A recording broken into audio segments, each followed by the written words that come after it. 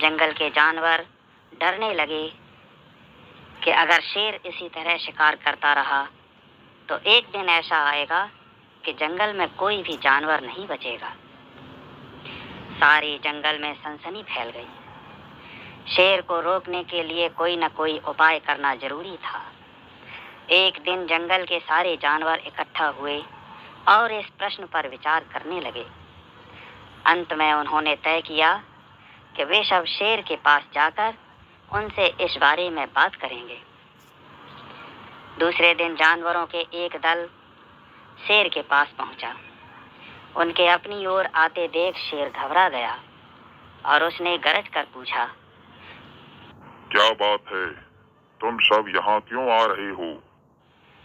जानवर दल के नेता ने कहा, महाराज, हम आपके पास निवेदन करने आए हैं।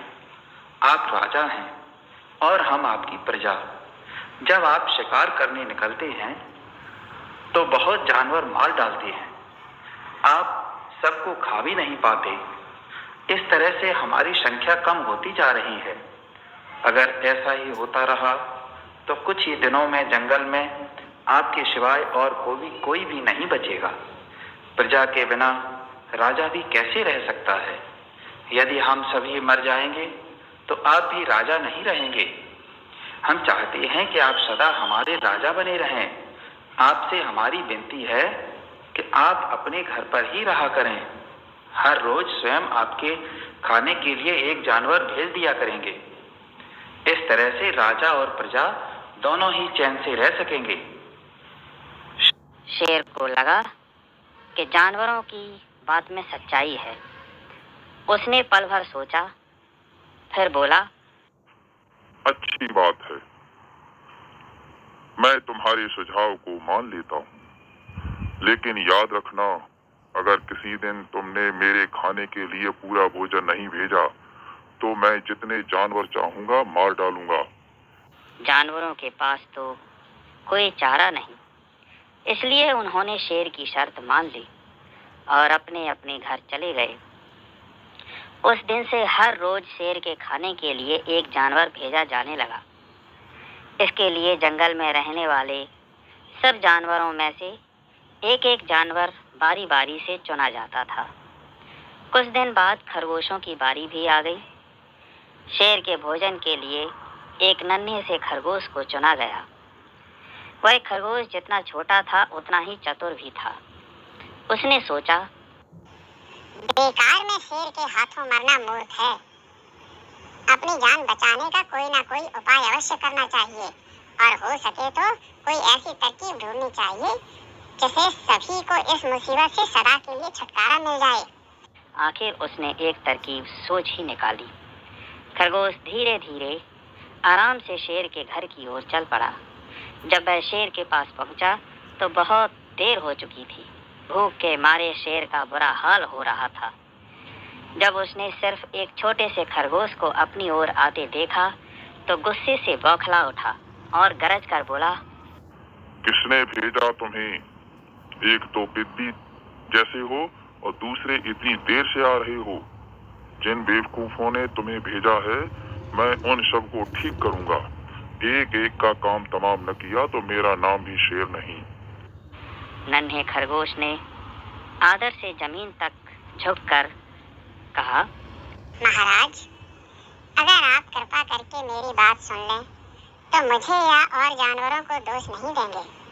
वे तो जानते थे कि एक छोटा सा खरगोश आपके भोजन के लिए पूरा नहीं पड़ेगा, इसलिए उन्होंने 6 खरगोश भेजे थे। लेकिन रास्ते में हमें एक और शेर मिल गया। उसने 5 खरगोशों को मार कर खा लिया। यह सुनते ही शेर दहाड़ कर बोला, क्या कहा? दूसरा शेर? कौन है वह? तुमने उसे कहाँ देखा?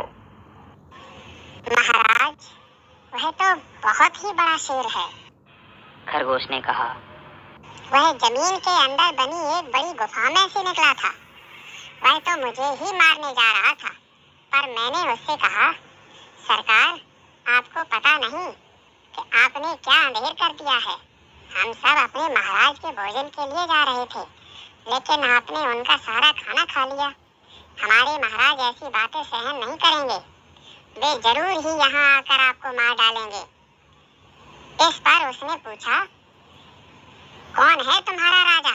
मैंने जवाब दिया, हमारा राजा जंगल का सबसे बड़ा शेर है। महाराज, मेरे ऐसा कहते ही वह गुस्से से लाल पीला होकर बोला, बेवकूफ, इस जंगल का राजा सिर्फ मैं हूँ। यहाँ सब जानवर मेरी प्रजा हैं। मैं उनके साथ जैसा चाहूँ वैसा कर सकता हूँ। जिस मूर्ख को तुम अपना राजा कहते हो, उस चोर को मेरे सामने हाजिर करो। मैं उसे बताऊंगा कि असली राजा कौन है। महाराज, इतना कहकर उस शेर ने आपको लेवाने के लिए मुझे यहाँ भेज दिया। खरगोश की बात सुनकर शेर को बड़ा गुस्सा आया और वह बार बार गरजने लगा। उसकी भयानक गरज से सारा जंगल दहलने लगा। मुझे फौरन उस मूर्ख का पता बताओ, शेर ने दहाड़ कर कहा। जब तक मैं उसे जान से न मार दूंगा, मुझे चैन नहीं मिलेगा।